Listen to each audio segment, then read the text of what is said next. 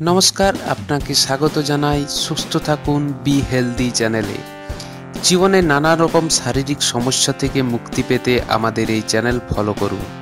যদি ভিডিওটি ভালো লাগে তাহলে অবশ্যই শেয়ার করুন।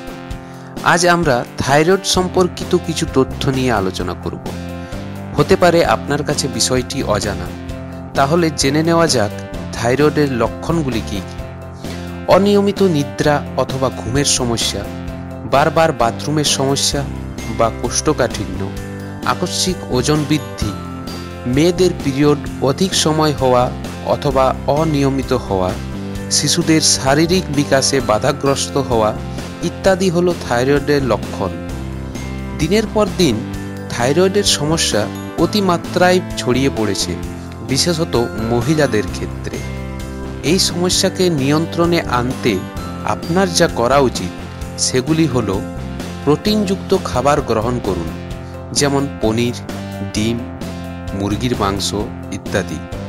আয়োডিনযুক্ত খাবার যেমন কলা, গাজর, দুধ, দানাশস্য ইত্যাদি খাবার খান। জাঙ্ক ফুড ও ফাস্টফুড থেকে দূরে থাকুন। পরিমিত ঘুম খুবই প্রয়োজনীয়। এছাড়া নিয়মিত ব্যায়াম করুন।